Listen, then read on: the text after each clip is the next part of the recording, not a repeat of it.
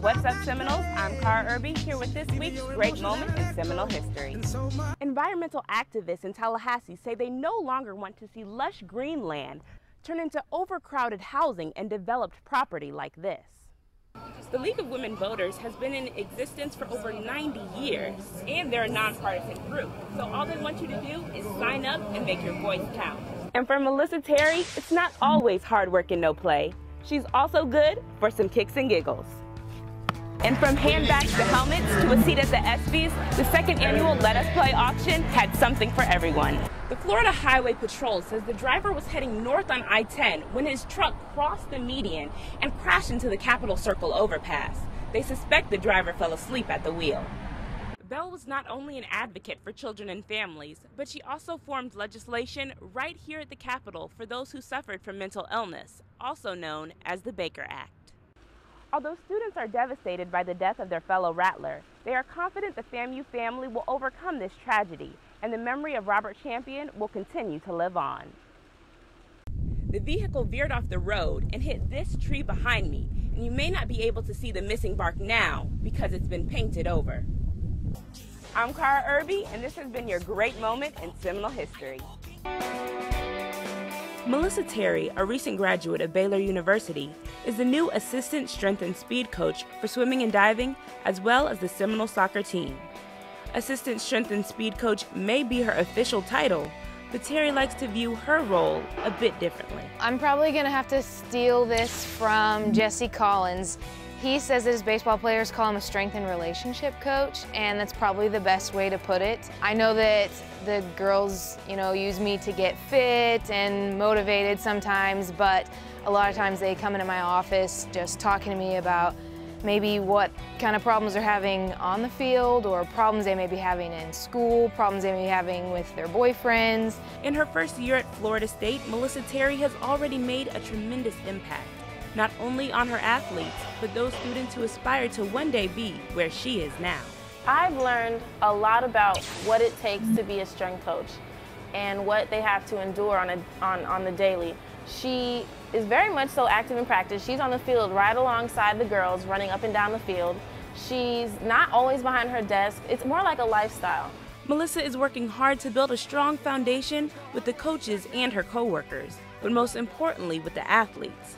She believes this will aid in their overall success. I think Melissa just brings a positive outlook to most of us because she's always giving us little inspirational quotes, and she just really tries to encourage us to be our best at all times. And for Melissa Terry, it's not always hard work and no play. She's also good for some kicks and giggles.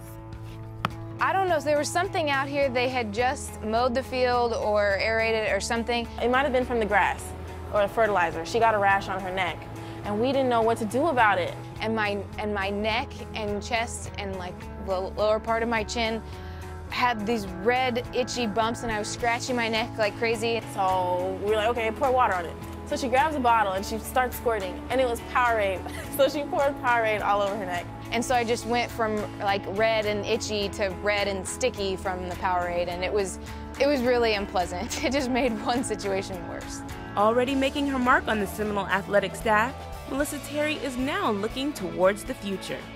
I think I'm going to really continue to build my relationship with the coaches, and I know that it's difficult early on, especially because I'm young, coming fresh out of grad school. The more I show them what I know and how much I can help build their program with little detailed things, I think the more they're going to trust in me and the more they're going to let me run with all the different things that I'd like to do. As assistant strength and speed coach or relationship coach, whatever the title, Melissa Terry fulfills her duties above and beyond what's required.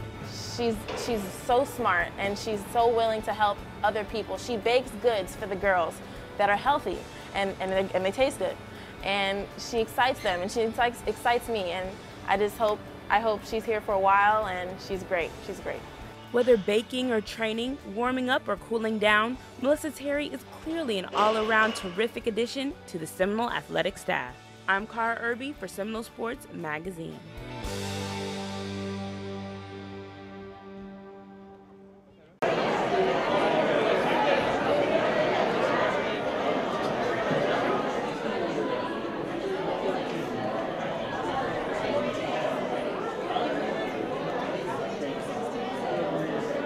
It's not just a man's world anymore. 2009 was one for the women at Florida State. It was a year that saw every women's team make it to the postseason, and their success helped the university earn a 5th place ranking in the Directors' Cup. Men have been doing it for God knows how long, but just as a woman, it feels really good to be able to get my education as well as play sport and do what I like to do. So I think it's great. The 2010 Let Us Play banquet was a huge success and couldn't have been possible without the hard work of so many, including the foundation's founder, Becky Spetman, who recognizes the importance of raising funds for female athletics. We are raising money to endow female athlete scholarships. And so it takes over $600,000 to endow one scholarship. And so we can't do that all in one night. But we are just working towards a goal of doing the best that we can. And so hopefully over a few years we'll get that one scholarship and continue on from there.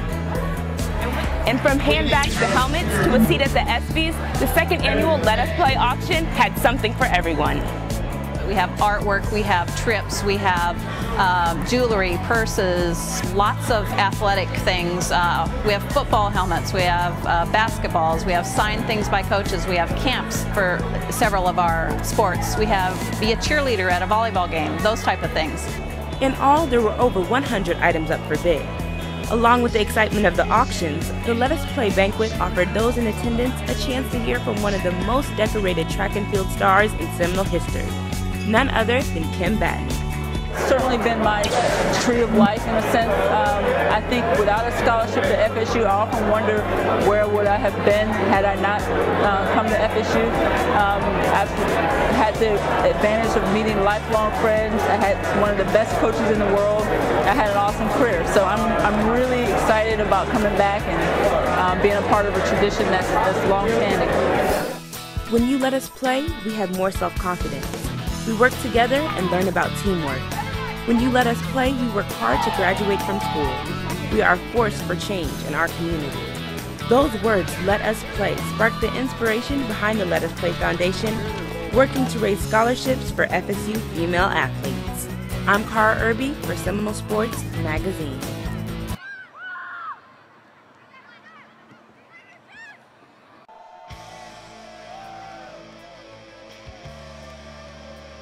FSU has always had dominating backs.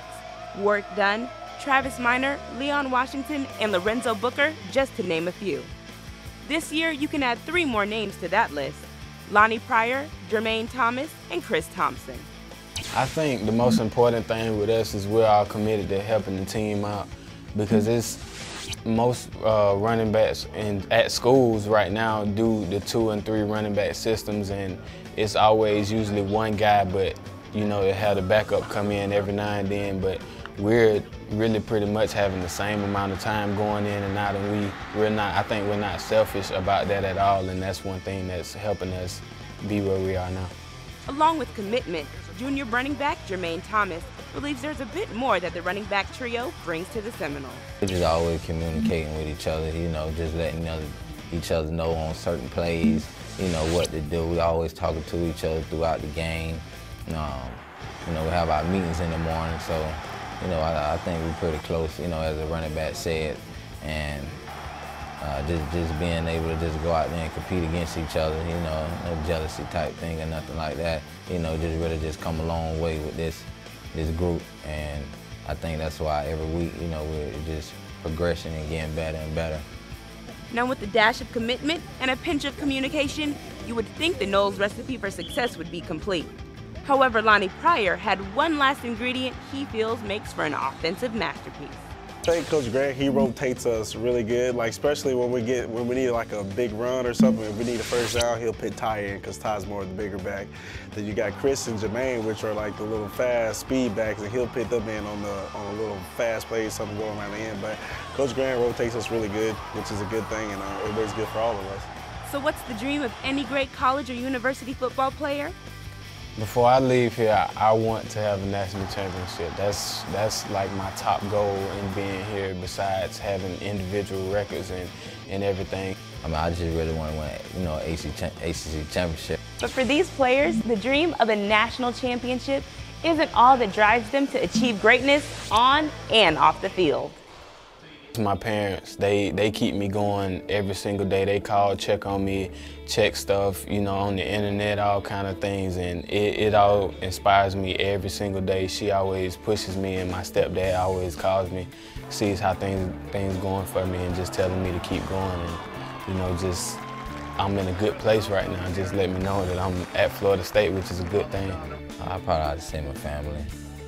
Yeah, just growing up, you know, playing Pop Warner football, you know, just taking it way back, and just things, you know, we probably had to go through back then, and just looking at now, being blessed to be here, you know, and have an opportunity for them to see me play at a high level, you know, and hopefully, you know, one day can, you know, take it to that next big dream.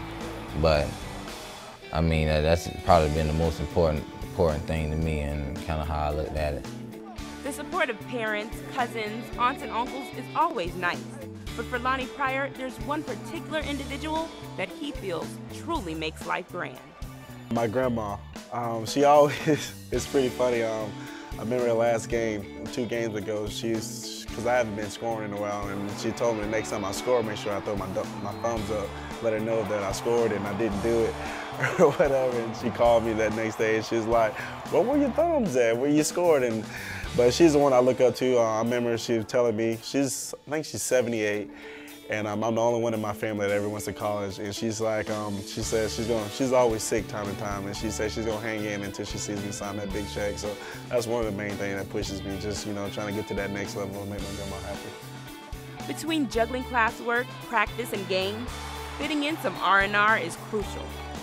Among the players, there seems to be a general consensus on how that time should be spent. Most of the time I'm home playing my Xbox 360 or with my friends usually. That's about the only thing I do. Most of me and the teammate, we play NBA 2K, you know, and so we'll play each other, you know, after practice or something like that, and then we come back the next day and just be talking about how we be beating each other and stuff like that in the locker room, just joking around. And shoot, rest.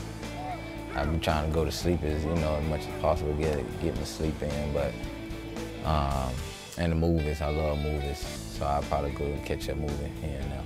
Probably driving my truck. I love my truck. I got a Chevy Silverado, and I treat it like it's my girlfriend. Probably driving my truck or just hanging out with friends, you know, playing video games, things like that. So just driving around, hanging out with friends pretty much.